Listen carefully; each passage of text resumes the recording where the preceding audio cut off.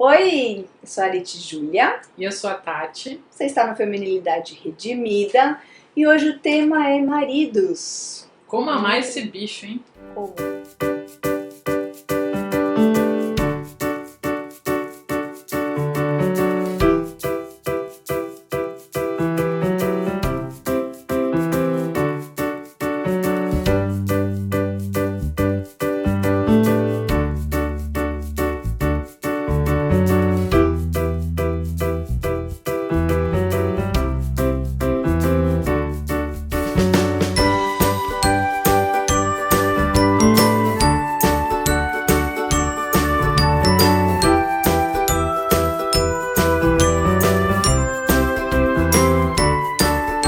Vamos lá.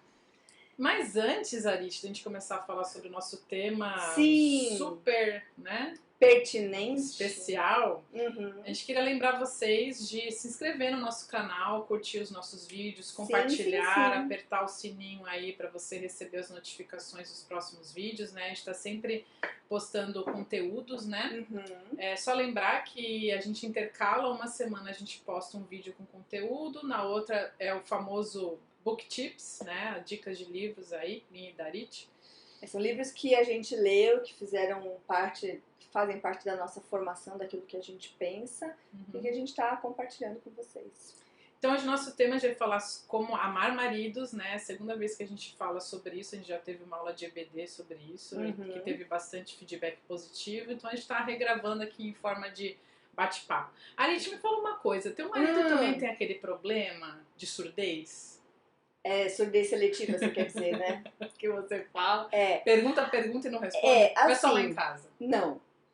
É a surdez seletiva, como eu falo, né? Porque houve um monte de outras coisas, até a conversa do povo assim em volta, mas quando eu falo. Não Aí, é aquele cri-cri, cri-cri. Assim, tá bem. Mas tá bom, né? Tá ruim, mas tá bom. Tá ruim, mas tá bom. Eu queria começar lendo Efésios 5, de 22 a 33. Eu já tenho aqui no meu notebook. Pois o marido é o cabeça da mulher, como também Cristo é o cabeça da igreja, que é o seu corpo, do qual ele é o Salvador. Assim como a igreja está sujeita a Cristo, também as mulheres estejam em tudo sujeitas a seus maridos. Da mesma forma, os maridos devem amar as suas mulheres como a seus próprios corpos. Quem ama a sua mulher, ama a si mesmo. Por essa razão, o homem deixará pai e mãe e se unirá à sua mulher, e os dois se tornarão uma só carne. Este é um mistério profundo. Refiro-me, porém, a Cristo e à Igreja. Portanto, cada um de vocês também ame a sua mulher como a si mesmo, e a mulher trate o marido com todo o respeito.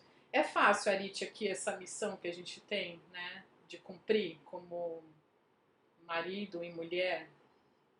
Não, porque eu acho que ela toca justamente no ponto de maior deficiência de cada um, né? E isso é uma coisa interessante de quando você lê um livro. Porque quando ele fala assim, olha, faça isso, é porque normalmente a gente não faz, né? É justamente naquele ponto que a nossa deficiência, que é aquilo que é mais difícil pra gente, é que ele tá falando e tá incentivando. Então, se ele fala que a gente tem que se submeter, tá pressuposto que nós não fazemos isso assim facilmente e naturalmente. E a gente sempre lembra de Gênesis, né, nesses momentos, porque ali parte da consequência do pecado e da queda do homem é justamente essa inimizade entre o homem e a mulher, né? Então é algo que Deus já, né, colocou. Eu acho que é um pouco daquela rebeldia que a Eva foi instigada por Satanás, de você vai ser como Deus, aquela coisa assim, eu vou ser melhor do que eu sou, eu vou ganhar um status a mais. Isso se teletransporta, mentira, se reflete na questão do relacionamento com o próprio homem, que desde sempre foi para ser o líder, né? Mas que na queda esculhambou de vez toda a possibilidade de uma harmonia. E ali muito antes dessa palavra de Deus, né, de certa forma colocando a inimizade e essa dificuldade no relacionamento como consequência, né, do pecado de Adão e Eva. Antes disso já tinha começado as tretas, né? Porque Eva tinha tomado a frente, pego o fruto, comido, né? Adão se viu ali tendo que reagir de alguma forma e ele acaba... Tendo nada, né? Ele não fez nada. Vamos combinar que ele não fez nada. Ele ficou bem olhando a conversa, deixa quieto, vamos ver como é que fica. Ele não fez nada e quando a Eva fez assim, toma, ele tonto foi comer. E acho que já desde essa época acontece isso, né? Não, você que me mandou comer o fruto. Não, você que não liderou e não me disse o que eu tinha que fazer. Aquela coisa assim, né? Desde aquela época já. E por isso esse tema é tão importante, né? Como que a gente pode amar mais os nossos maridos de forma a obedecer a Deus, a glorificar a Deus, a ter um casamento saudável, né? Que resplandeça, né, a glória de Deus. Essa semana eu estava lendo aquele texto de quando Moisés, né, desce do monte lá, Sim. vê o povo adorando o bezerro, ele quebra as tábuas, assim, né? E naqueles momentos, Moisés estava com a face iluminada, brilhante, iluminador, né? Da MEC.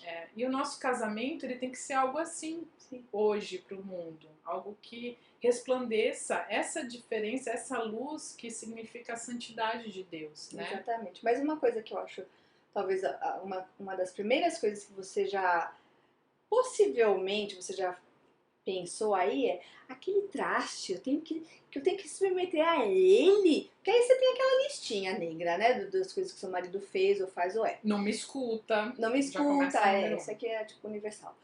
Mas assim, aquela sua lista pessoal, né? Mas eu tenho que mesmo me submeter a ele, mas ele tá errado, mas ele. Você tem aquela lista. Mas uma das primeiras coisas que eu acho que a gente tem que pensar, como cristãos que nós somos, é que nós fazemos todas as coisas não por causa do nosso marido. E essa é a primeira coisa que você tem que... Essa é a primeira lente que você tem que colocar antes de ouvir tudo aquilo que a gente vai falar. Porque a gente tem que se submeter ao marido e amar o marido, não por causa do marido ser amável, mas porque é Cristo que mandou a gente fazer isso. E é dessa maneira que a gente vai glorificar a Deus e vai construir uma família. Essa é a sua parte da construção. Então, tudo aquilo difícil que a gente vai falar aqui não é porque a gente faz, mas é porque Jesus pede isso da gente.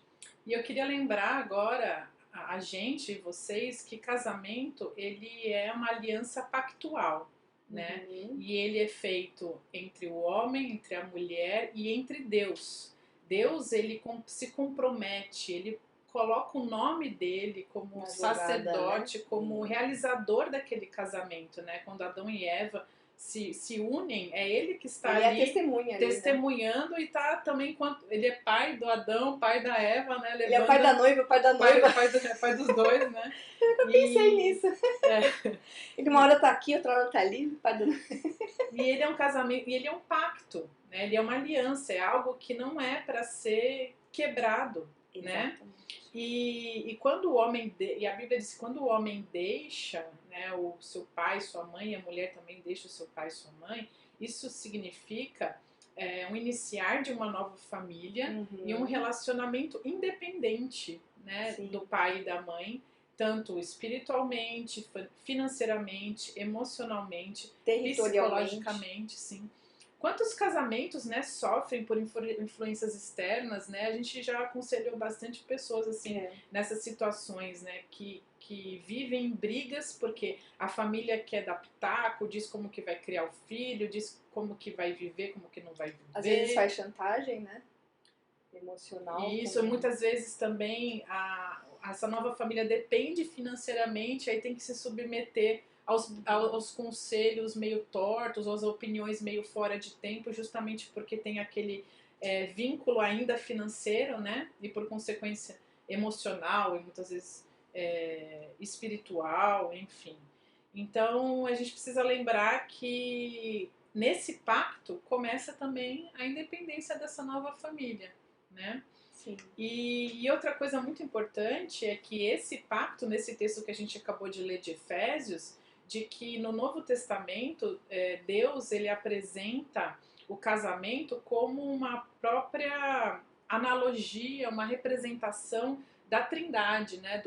Não só da Trindade, mas mais especificamente no texto que a gente leu, do relacionamento de Cristo com a igreja, né? E é como se fosse um grande mistério que foi revelado ali naquele momento através dos escritores do Novo Testamento. Então você imagina que lá em Gênesis, quando Deus criou o casamento e casou Adão e Eva, já estava nos planos de Deus representar aquele homem e aquela mulher futuramente, né, como que a Bíblia fala?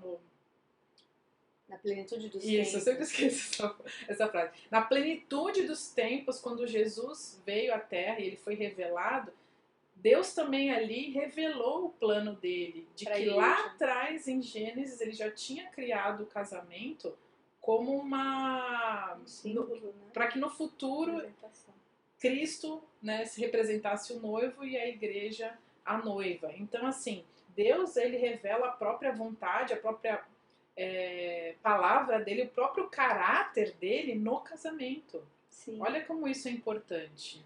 E é um peso, né? É um peso porque o modelo não é seu pai, sua mãe, não é esse ou aquele, ou qualquer coisa que seja, é Jesus Cristo. Para os dois, né? E é justamente por esse motivo que Deus disse que odeia o divórcio, né?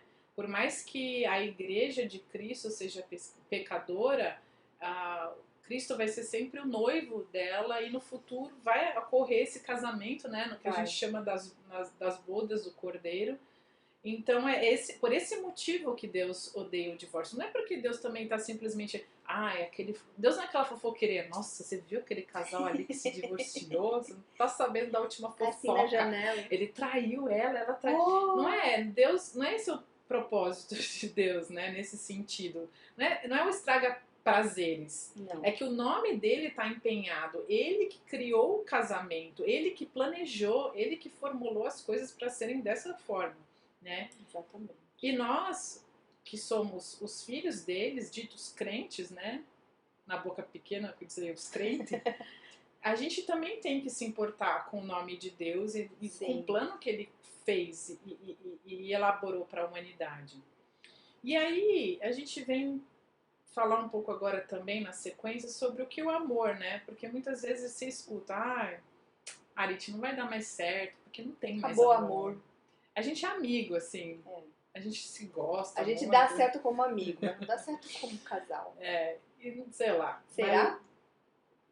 E aí esse amor, ele acaba criando uma conotação, um significado meio secular, né? Nesse sentido pragmático, sei lá. De que... Eu acho que é um amor meio romantizado, não é? Também. Eu acho que muitas novelas estragaram a gente, né? Também.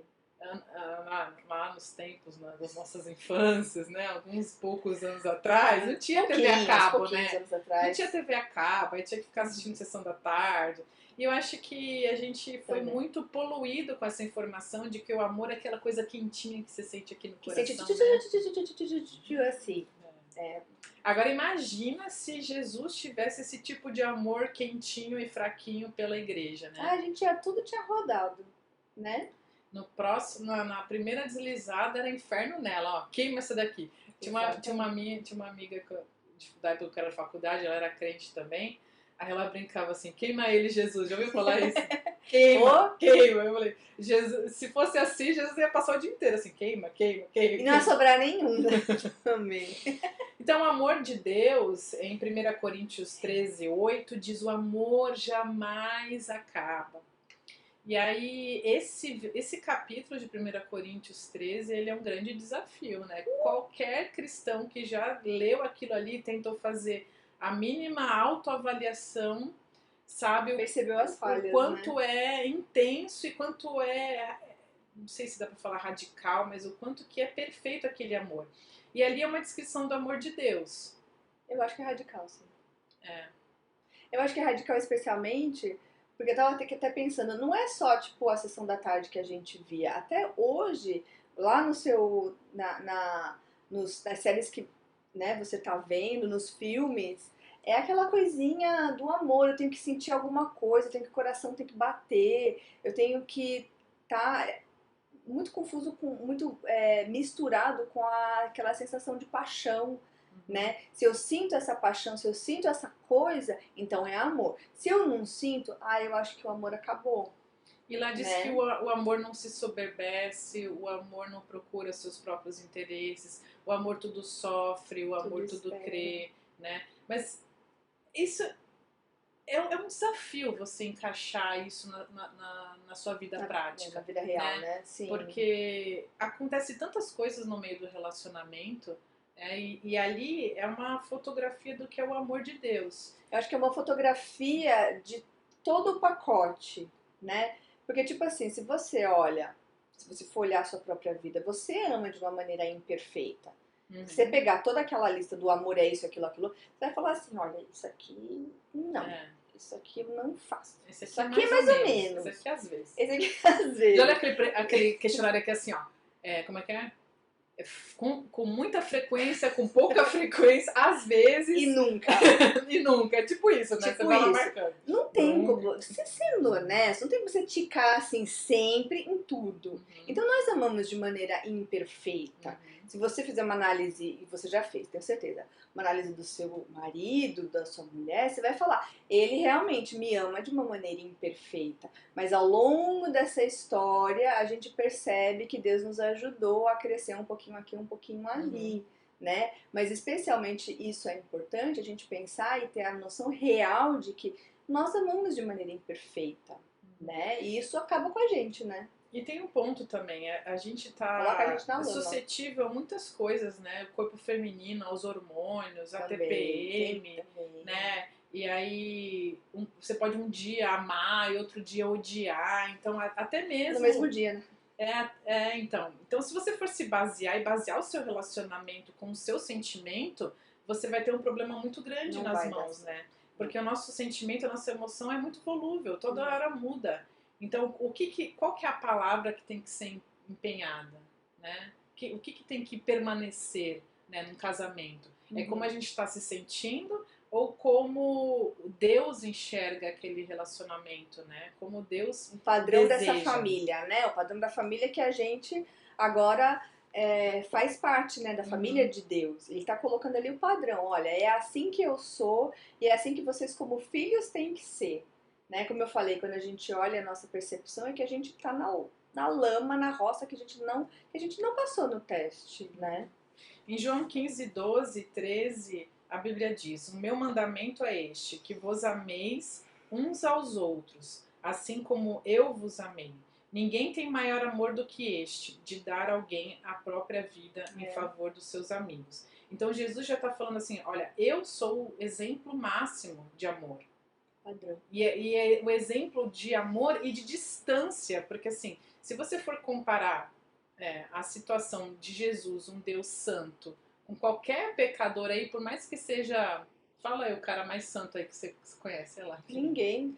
Não confio em Nem ninguém. que seja o pregador fulano de tal lá que você admira, né, na internet. Apóstolo. Com certeza, essa distância vai ser infinitesimamente... Nem eu não acredito, porque se você perguntar pra esposa dele se ele é santo, ela vai dizer que não. Ela vai ter a listinha dela também. Vai ter a listinha dela também. Mas se você for comparar Jesus, a posição de santidade com qualquer homem, mesmo que seja o melhor, essa distância vai estar infinitamente...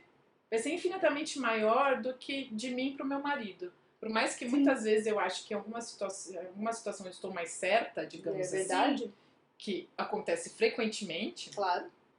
Ainda não dá para comparar a distância de Jesus para qualquer outro ser mortal, melhor que seja. Né? Então a gente tem que lembrar, e aqui Jesus está lembrando disso. Ele está deixando o recado, olha, ninguém tem maior amor do que este. Ou seja, ele diz, olha, eu que tenho o maior amor de todos, que é perfeito, que dei a minha vida, meu sangue, eu tô dando esse mandamento para vocês. Amem uns aos outros como eu vos amei. Né? Então, assim... É um mandamento dolorido, né? Que é um mandamento, assim, que a gente já fala, putz, e agora? Como é que a gente vai conseguir? Então, qualquer um que fale padrão, assim, olha, eu quero me separar porque eu já não amo mais, a Bíblia está contra você. A Bíblia diz que você está errada e as suas percepções são carnais, não são espirituais. Tem que então, suas percepções são carnais. Claro, percepções. Sua opinião nessa situação é carnal, não é espiritual, e você precisa se arrepender, né? Mas, e aí a gente vai ao ponto também de que amar o nosso irmão e amar o nosso marido também está intrinsecamente, diretamente ligado ao nosso amor a Deus. Sim. Porque da forma como que a gente ama a Deus e quer obedecê-lo e respeita mesmo a vontade e o senhorio de Deus na nossa vida, isso com certeza vai mudar todos os nossos relacionamentos e principalmente, consequentemente, os que estão mais próximos, né? E o marido é o que está mais próximo, né? Sim. Ou a esposa. Em 1 João 4, 20 e 21, ele diz: se alguém afirmar eu amo a Deus, mas odiar o seu irmão é mentiroso, pois quem não ama a seu irmão, a quem vê, não pode amar a Deus a quem não vê. Ele nos deu esse mandamento: quem ama a Deus, ame também a seu irmão. Ai. Minha amiga, isso é seríssimo. Ai. Porque assim, Deus não tá falando aqui só por falar, entendeu? Ele não tá ali falando, não tá fazendo aqui uma brincadeira. Sabe quando o pai e mãe falam assim, olha, se você fizer isso, eu vou tirar teu chocolate. Mentira, vai tirar não, vai dar igual. Mas Deus não faz isso. Deus não é, ele não tá blefando aqui, é que a gente precisa entender. Isso aqui é a verdade verdadeira, mais pura. Não é um blefe de Deus. Ele diz, se você diz que o ama, mas odeia o seu irmão, você é mentiroso, ou seja, você não ama nada. Não ama nada. Seu mentiroso, você não ama nada. Pois quem não ama seu irmão a quem vê, não pode amar a Deus a quem não vê. Né? Então, o nosso amor a Deus também tem essa sequência lógica. É uma sequência fluxo, assim. Eu amo meu irmão, eu amo meu marido, né? E é um fluxo assim do material e do concreto, do primário, que é aquilo que você consegue ver, para aquilo mais abstrato. Quando você fala de Deus, você não está falando de uma pessoa com um braço que você vê, que senta aqui do seu lado. Você está falando de Deus que é espírito. Você está falando de um relacionamento que é muito mais abstrato, porque ele acontece dentro do seu ser, né, do seu ser interior. E ele não se comunica com essa realidade palpável, porque você não senta aqui com Deus, ele senta numa cadeira aqui do lado. Você não precisa de uma cadeira do lado para orar, né? Então, isso aqui é muito mais difícil, é um relacionamento muito mais... que depende mais da sua cabeça, é um nível mais acima, né? Do que o relacionamento aqui com um coleguinha do lado.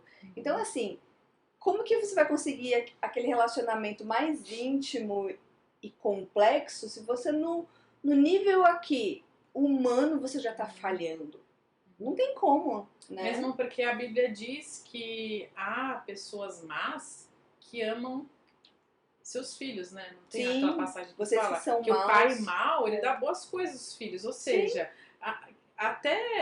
pode ser até que uma esposa que não crê em Deus, ame mais. Seja boa, seja bom seu marido com uma própria crente, né? Sim. Então... Ai, que vergonha, né? É verdade. Aí tinha aquelas pessoas que chegam e falam assim, ai, não dá mais porque eu tô apaixonada por outro. Ai, Arite, você precisa ver, ele é tão bonzinho, ele faz tudo que o meu marido não faz, sabe? Me leva flores, compra chocolate, me dá um presente, me conversa, dá uma atenção, sabe? Ai, acho que tava tudo errado. Eu acho que eu casei errado. Casei errado. Casei muito nova. Não sabia das coisas. Fiz bobagem, mas Deus dá essa segunda chance, né? Deus perdoa se a gente pedir perdão, não é? Ela voltar novo. E aí são essas tipo dessas pessoas que Deus acabou de falar no versículo que a gente leu. São mentirosas, porque elas dizem que amam a Deus, mas elas estão deixando o próprio coração guiá-las, guiar a vida, né? Enquanto o nosso coração ele tem que ser alinhado com a vontade de Deus, não a vontade de Deus alinhado com o meu coração e meu desejo. Deus não tá lá, pai, é só uma figura, tá? Ali pairando em cima da terra, falando assim, olha, fulano ali achou o cara que é legal, vou mudar aqui a minha palavra, agora pode divórcio. Não é assim que as coisas, que a banda toca. Não. Né? A gente não é o último pacote da bolacha. Não, bolacha do pacote. Eu falo sempre errado todos os ditados. Aí você acredita que outro dia eu fui no buffet de comida, que a gente vai toda sexta-feira comer. Aí o que acontece? Eles põem o primeiro prato assim, eles põem um plástico. Sim. Que é pra você pegar o próximo. Aí o que eu fiz? Eu peguei o prato com o plástico e botei alface em cima. Em cima do plástico? Em cima do plástico. Aí que eu percebi. Eu olhei e falei, meu Ué, tem Deus uma do coisa céu. Só isso, eu falei pro Márcio que isso vai pros anais, né? Vai pros anais. É pros anais do YouTube também agora. Os ditados também, eu troco todos, assim, eu falo eles em verso, sabe? Então a gente não é a última bolacha do pacote, nem a Coca-Cola no deserto, né? Deus não vai mudar o plano eterno e perfeito e a vontade dele, porque Por causa da sua pessoa, né? Sua única pessoa. Porque o nosso coração tá sentindo alguma coisa que é incorreta. Claro que isso pode acontecer, mas aí qual que é o nosso dever? O que pode acontecer? De a gente ter sentimentos... Ah, sim. Tipo, contrários? Não, claro. Essa situação aqui, estou apaixonada por outro. Pode acontecer sim. de você não vigiou, você se deixou envolver mais do que deveria com uma outra pessoa fora Você do teu... conversou conversas que não são, como eu diria, E eu tenho prudentes. uma teoria que a gente se deixa apaixonar. Claro. A gente se permite. Não é uma coisa que acontece assim, ai, acordei apaixonada. Tipo, peguei gripe. Não é uma coisa eu assim. acho que a gente passa a admirar o outro, que não é o nosso marido, e muitas vezes a gente pode deixar isso acontecer, e o que é incorreto, que a gente deveria cortar o mal pela raiz quando a gente percebesse que isso estaria acontecendo. Não, a gente vai deixando, até que chega um momento, eu tô apaixonada ali. Eu acho que assim, a gente as mulheres, né, de uma maneira geral, a gente é muito sonhadora, então a gente projeta aquilo que a gente espera naquela pessoa que a gente não conhece aí muito. Que a novela estragou a gente. Porque aí no final os você acha desenhos da que ele vai Disney ser... estragaram tudo. Também. Porque a gente fica achando que o marido tem que ser o príncipe encantado, não né? Uma vez uma pessoa falou assim pra mim, mas assim, a gente não tem os mesmos gostos, ou o que a outra pessoa pensou? Mas a gente briga direto. Eu falei assim, mas welcome, o casamento é assim mesmo, né? E vai ser... A vida aqui é a vida E a ilusão é de que a pessoa acha porque aquele outro fofinho, bonitinho, que vai ser sempre... daquela forma. Mas se você entrar em outro relacionamento, em um outro casamento... Aí você vai criar intimidade, como aquele ditado fala, intimidade estraga.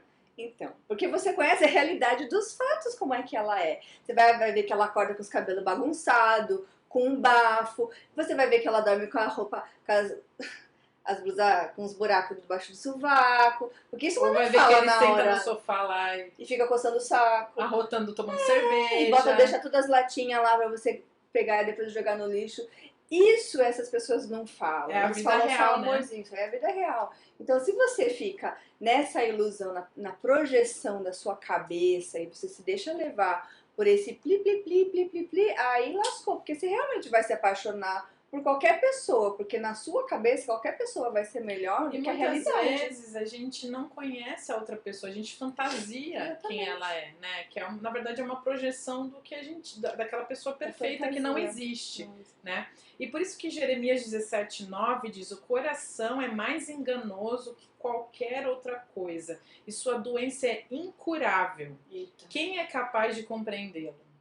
Quem é capaz? Só Deus. O próprio texto fala, né? Então, quando você se vir nessa situação, pense, lembre desse versículo de Jeremias e veja que o meu coração é incurável, que somente Deus, o nosso, né?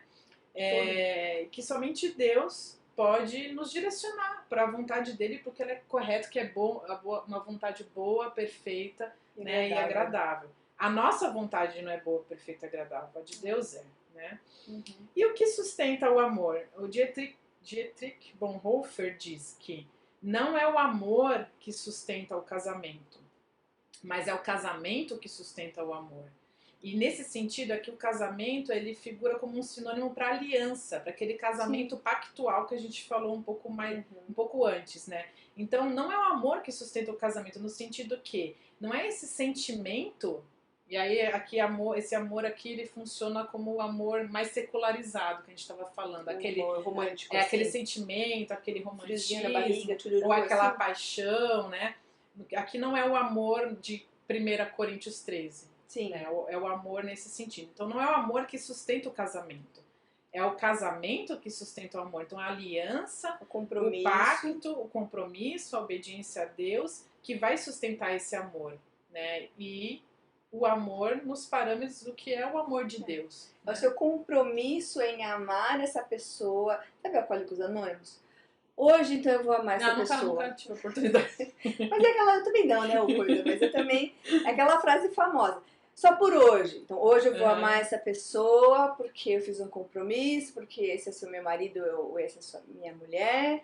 E aí eu vou amar, e aí eu vou tudo perdoar, tudo suportar. E aí aquele compromisso, aquela aliança é que vai fazer com que a coisa ande, né? E aí, na sequência, eu queria falar também um pouco sobre a questão da fidelidade. E quando eu preparei esse material, eu estava pensando naquele mesmo versículo que eu li, né, de 1 João 4,20. Quem não ama ao seu irmão, a quem vê, não pode amar a Deus a quem não vê.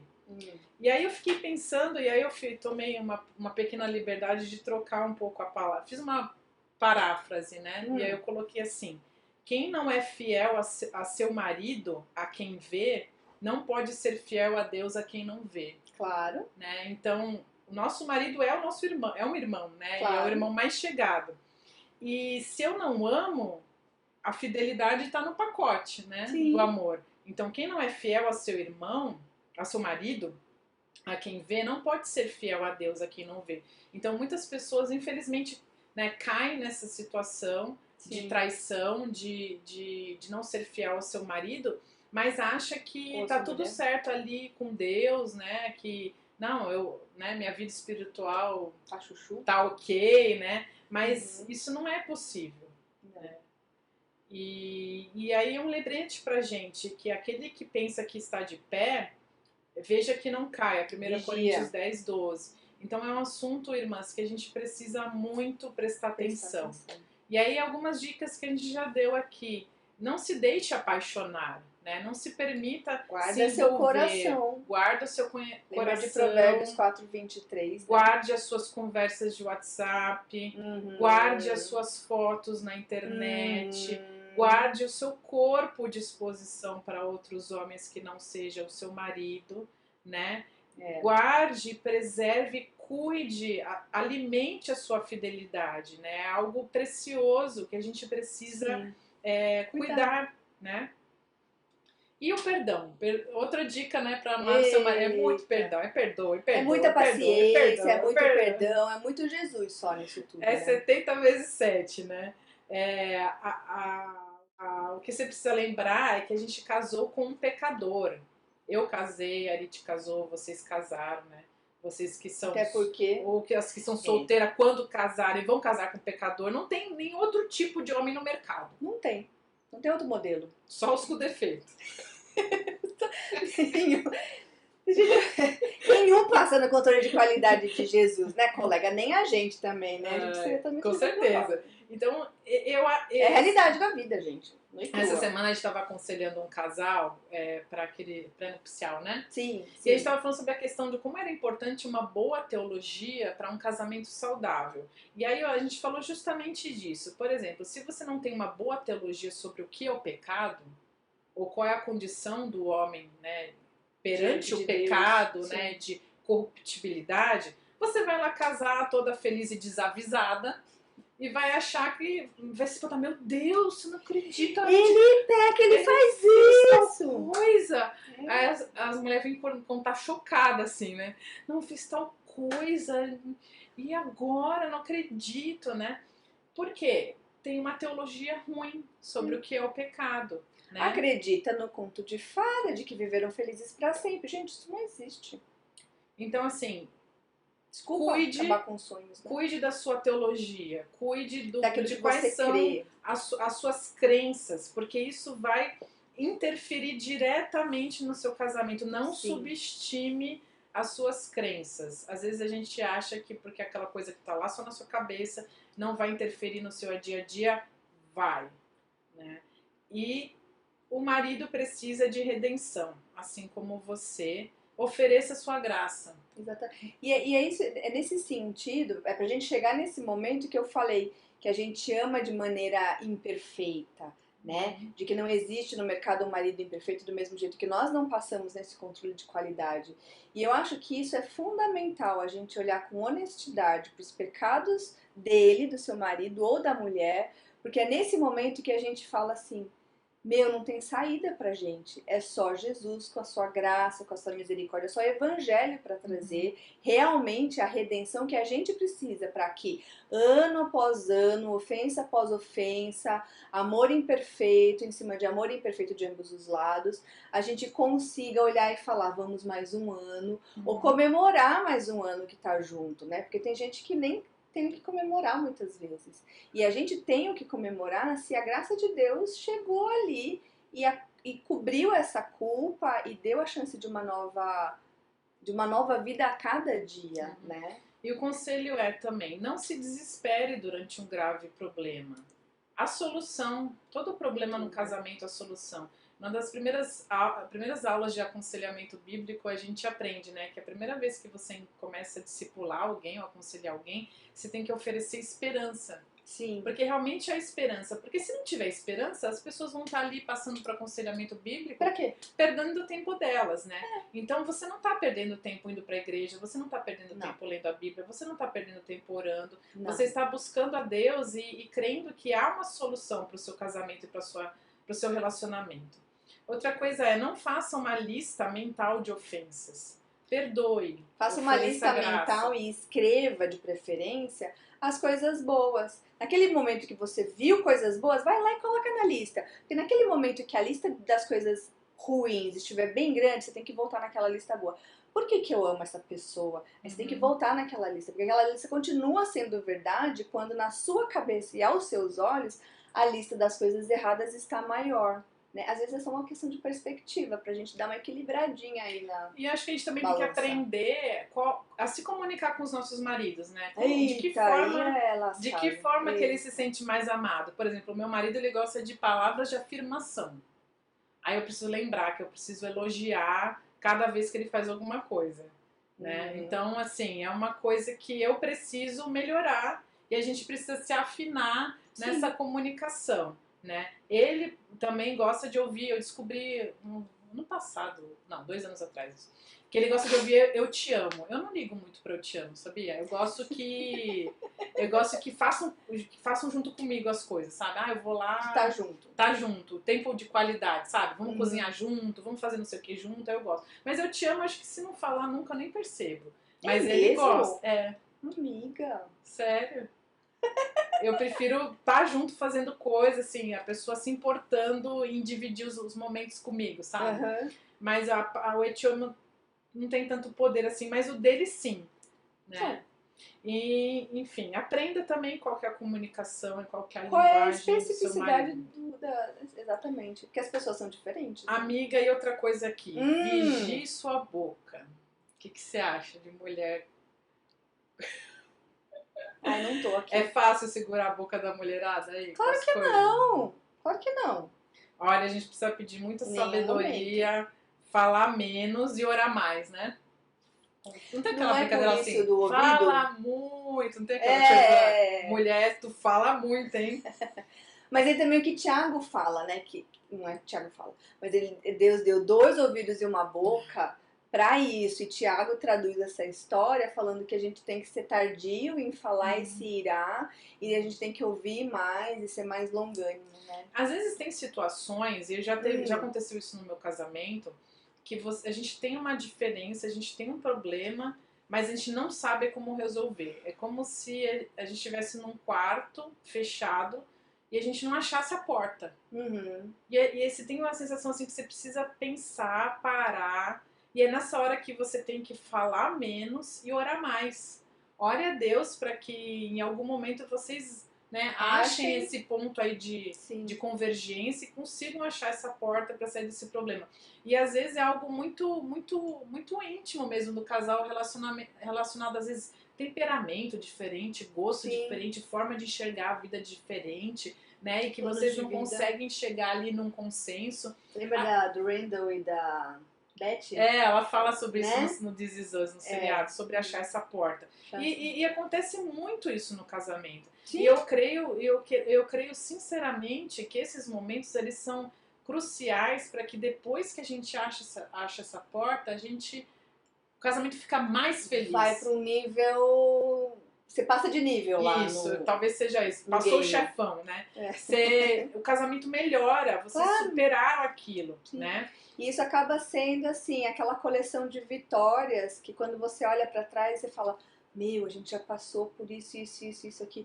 Olha, e a gente sobreviveu, né? Teve uma série que eu vi que ela estavam em crise, quase se separando, tinha 5 filhos. E os meninos já estavam de adolescente pra jovem. Ela fala assim: nós sobrevivemos a 5 filhos, você vai me abandonar por causa disso. E é verdade. Quando a gente supera grandes coisas, a gente tem que lembrar: meu, a gente superou tudo isso, ponto pra gente. Que bom, é medalhinha ao longo da vida, né? Com certeza. Outro ponto importante aqui: não fale mal do seu marido em público. Infelizmente, tem muita mulher, ó. Às vezes não fala assim, a minha marido é um traste, mas fala zoando. Dá aquela alfinetadinha lá, aquela coisinha. Eu li assim, naquele livro, no livro da aquele Elizabeth. amargorzinho, né? Eu li no livro da Elizabeth Elliot que ela uma vez estava assim conversando com umas mulheres e elas estavam zoando os maridos que roncavam. E ela, como viúva, ela falou: você já tem noção de que para uma viúva o ronco do marido é uma sinfonia? Aí a mulher ficou com os olhos desse tamanho e ela falou: você não pode falar isso do seu marido, né? Não pode zoar ele dessa maneira, mesmo que ele ronque de verdade. E isso é verdade, né? E ronco é até uma coisa mais simples, né? Mas tem gente que fala coisas mais pesadas. Coisas mais pesadas, né? Que ofendem a masculinidade, a liderança do homem, né? Diminuem. Isso é muito triste. E principalmente em frente aos filhos, né? Que testemunho, que exemplo, né? Como que você está construindo na mente do seu filho a figura masculina. E como que lá na frente esses filhos vão se relacionar com Deus, né? Como que vai ser esse link? Pode ser algo ruim, algo que atrapalha a fé do seu filho também, né? Isso é muito importante. E seja tolerante, releve pequenas falhas. A gente fala muito sobre aquela mulher goteira, né? De Provérbios. Uhum. Como é que é o Queixosa. Que é uma goteira constante. Isso. Como é que é o versículo? Ele repete 2 vezes, mas é uma coisa meio assim. Que é melhor viver no quintal, assim, longe do que morar dentro de casa com a mulher. Melhor morar lá fora, assim, ao relento, lá no cantinho, sem E tem nada. mulher que, assim, tipo, quer que o marido faça tal coisa. Aí todo dia vai lá. Tá coisa. Aí chega uma hora e pá, briga, né? Explode tudo, aquela coisa assim. Fale 1, fale 2 vezes, depois, né? Segura um pouco aí, ora a Deus, treine a sua paciência, né? A sua graça, a sua longanimidade, né? E evite exortar exageradamente o marido nesse sentido, esse importunar, né, diário. Eu acho que, como a Bíblia diz... Uma vez por semana pode. Como a Bíblia diz que a gente tem que respeitar o nosso marido, quando a gente age dessa forma assim, como que eu posso dizer? Até um tanto agressiva, né?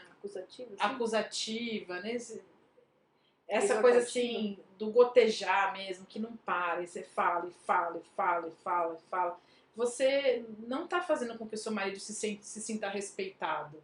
Claro, pode ser uma falha dele, pode ser que ele seja um procrastinador mesmo, que ele esteja enrolando para fazer aquilo, mas aí é ele e Deus. Aí que entra a sua oração. Ore por ele, né? Ore muito, joelho. E tem um item aqui, Arit, que eu acho que a gente tinha que fazer uma aula inteira sobre ele. Então acho que é bom a gente passar, né? O submissa, e agora que eu faço, né? É agora, Jesus. E aí os pontos aqui que eu coloquei, né, nessa aula daquela época é de que eu acho importante falar que submissão é diferente de adoração. Isso tem que falar muito e tem que enfatizar muito. Porque às vezes algumas mulheres é o problema do ser humano. Ou ele é 8 ou ele é 80, né? Ou ele é aquela mulher que sobe nas tamancas, que grita, que xinga, que quer mandar, que quer não sei o que.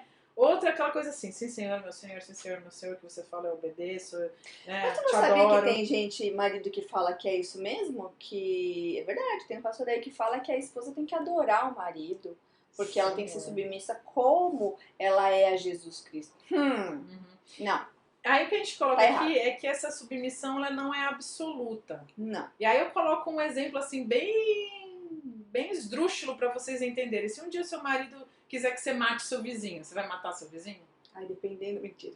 Não, você Ou como não minha mãe pode falava fazer assim, isso. se alguém te mandar pular da ponte, você vai pular da ponte? Idiota. Não, Não, né? Se o seu marido quiser se suicidar junto com você pular da ponte, você não vai, né? não, Então, assim, submissão não é absoluta. não. A única submissão absoluta é a Deus. Porque ele nunca vai pedir pra gente fazer uma coisa que é errado, claro, porque ele é perfeito, seu marido não é.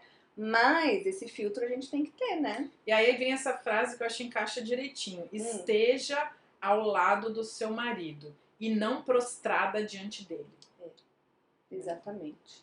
E, eu acho que- e o importante é cada um ao seu próprio marido. Então eu tenho que ser submissa Ao meu. ao meu marido, né?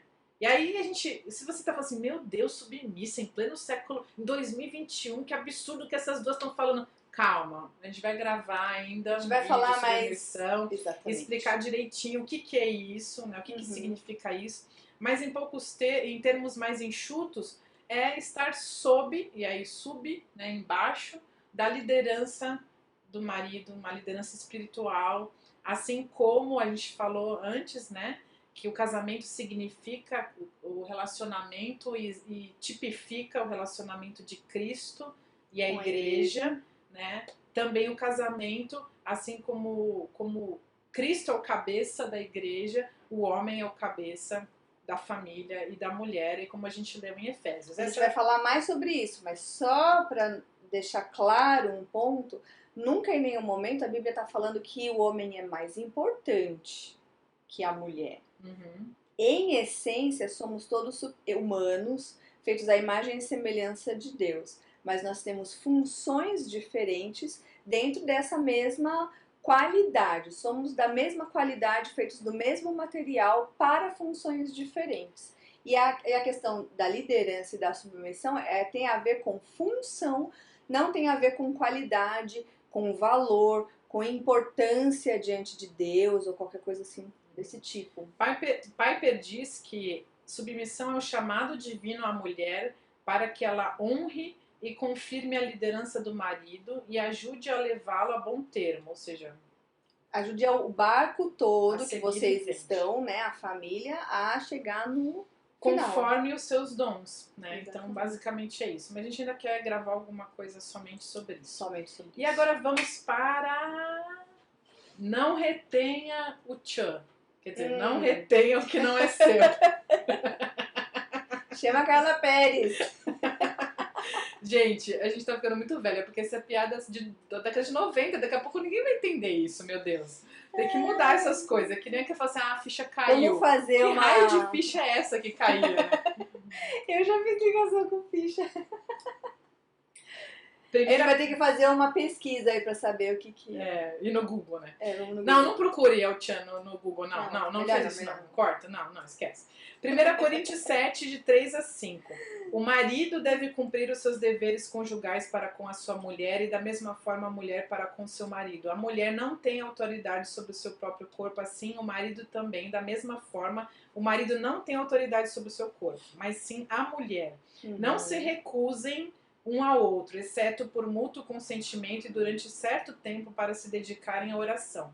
Depois, unam-se de novo para que Satanás não os tente por não ter domínio próprio. Então vamos lá. A Bíblia ela permite por um tempo curto e por um motivo só. O que é período curto? Boa pergunta. Sei lá. Um mês? Não sei. Os maridos já não! É muita oração mesmo. O período curto eu acho que seria, assim, pela pesquisa, uns 4 dias. Ah, é? Período curto? Aí, ó, 3, já baixou. É que depende da régua, né? É, exatamente, por isso que eu perguntei. Se você falar assim, perguntar pra mulher o que é um período curto, é uma coisa. Se a gente perguntar pro marido o que é um período curto, é outra coisa. É Então, porque eu a sempre, gente tem que sempre chegar no lembro mínimo múltiplo comum aqui. eu sempre lembro de um casal que ele mudou de país, foi para os Estados Unidos e ela ficou aqui um tempo. Eles ficaram 8 meses sem se ver. Aí eu acho que eu sempre lembro disso. Falei assim, tá bom, então 8 meses é demais, pelo amor de Deus, né? Um mês eu acho que dá. Um mês de circunstâncias especiais, mas é tipo assim, o cara se mudou para outro país, né? Ele tá falando aqui de não ter relações sexuais, porque você tá focado Então, mas assim, nesse numa sentido, oração. se fosse obedecer esse texto, esse homem nem poderia ter viajado para outro país. Não é prudente. É. Não é o que a Bíblia diz. Não Bom, é enfim, prudente. um tempo curto, e aí esse curto tem que ser curto para os dois, né? Não adianta ser só curto para mim e longo para o meu marido, né? Então, um período de tempo curto, só por um motivo, aqui não está escrito porque é para viajar e mudar de país, é oração, né? E depois unam-se de Mas novo. isso aí também é uma oração, assim, um caso muito especial, né? Porque o cara querer falar assim, olha, não quero Talvez nada. seja um jejum aqui, um jejum, alguma oração, coisa, né? mas é uma situação muito específica que pede. E né? o objetivo é para que Satanás não ostente os dois, né? Aqui, Sim. por não terem domínio próprio. Quantas pessoas também a gente já ouviu, puxa, ai, meu marido me traiu, minha mulher me traiu. Ok, mas como que era a relação sexual de vocês? Ah, fazia um ano que a gente não tinha relação. Aí você não tem nem o que falar, né? É uma desobediência a Deus, assim, que... É muita brecha, né? Uma brecha que já virou uma janela, que já virou uma né? porta, né? Então, mulheres, não retenham o que não é seu. E por que esse título? Porque a Bíblia diz que o seu corpo não é seu. O corpo do seu marido não é dele. O seu corpo é dele e o corpo dele é seu. Para mútuo, né, prazer e relacionamento íntimo. Então, isso é aquela colinha do casamento. É aquela liga, né? E muitas vezes a gente relaxa. Creme de leite do estrogonofe, né? Por que o creme de leite? Porque dá aquela coisinha assim no estrogonofe. Aquela engrossadinha, né? Ai, tá bom. Nunca mais vou pensar em estrogonofe igual agora. E aí, a gente tá já muito afetada, né? Infelizmente, por aquela coisa assim, meu corpo, minhas regras, né? Sabe também o que acontece? Não trocou a lâmpada, não fez o que eu queria, agora vai ficar sem. De castigo. Castigo. E o que isso demonstra? Egoísmo, manipulação, vaidade. Muitas vezes a mulher não quer mostrar o corpo pro homem porque tá mais gordinha, ou tá mais assim, ou tá mais assado. Quando teve filho. E aí assim. É uma vaidade que quebra a intimidade. Sim. Né? Porque ali é a intimidade máxima, né? E também tem a questão da uma visão meio religiosa, meio herança católica, do que o sexo é mal. Eu já vi gente que tinha relação sexual e depois ajoelhava pra pedir perdão, sabe? Umas coisas meio bizarras. Que é só pra procriação, só pra ter filho, e na verdade não é, né? Pois é. E acho que é uma das últimas dicas aqui, deixa eu ver aqui no meu roteirinho, é a última. Divirtam-se. Sim. O tempo é tão curto. A vida, né? E é uma coisa que eu sempre falo pro Márcio é que a gente se dá tão bem, assim, na maioria do tempo. Tem dias que é uma desgraça. Lástima. Mas na maioria do tempo, e é tão bom. Sabe aquela coisa que é tão... Sabe, eu adoro mousse de chocolate. E aí eu vou comendo bem devagarzinho, assim, que é pra não acabar, sabe? E aquela última colherada dá uma pena. É aquela carinha que você deixa pra comer no final, né? E aí acaba e dá uma pena. E aí tem uma sensação que às vezes no meu relacionamento, no meu dia a dia com ele, é assim. A gente se dá tão bem que aí eu já fico pensando, puxa, o dia que não tiver, então eu quero aproveitar, sabe? O máximo. E aí essa é uma dica. Divirtam-se, aproveitem um ao outro, deem risada juntos, criem hobbies juntos, façam planos, viajem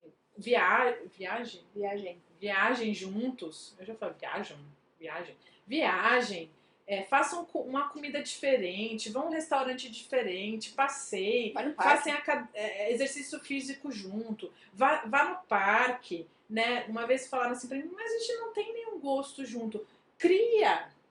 Puxa, Deus deu essa cachola aqui tão grande, é uma capacidade que a gente tem para criar, para fazer novos hábitos, para sair da nossa caixinha aqui do dia a dia. O ser humano, ele é tão criativo. Vocês não conseguem criar um hobby juntos? Pelo amor de Deus, claro que consegue. Mas tem que ter alguma coisa que você olhou e gostou nessa criatura com quem você casou. Tem que ter aquelas coisas assim, legal. Aproveita essas coisas legais, aquelas coisas que fez você se apaixonar. Retomem, né? Coisas boas. Às vezes hábitos. se perdeu no meio do caminho, né? Hoje talvez não tenha, mas vai lá atrás, ver como é que era, né? Busquem a Deus juntos, isso é importante, muito importante. Porque muitas vezes naquela situação do quarto fechado sem a porta, Deus é que vai fazer vocês, né? Acharem essa porta em algum momento. Ele vai dar um insight, ele vai dar um toque, ele vai colocar uma pessoa no caminho de vocês, vai ser um sermão, vai ser uma música, vai ser um versículo, vai ser um louvor.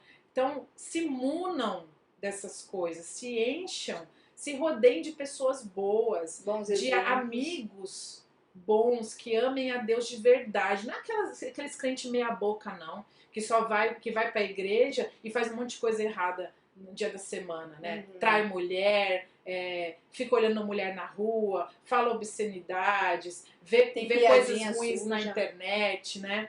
Então se cerquem dessas pessoas que vão trazer conteúdo, que vão trazer edificação para vocês, e busquem a Deus juntos, coloquem esse compromisso, mas é de verdade mesmo. Não é aquela coisa assim, vou na igreja só um mês.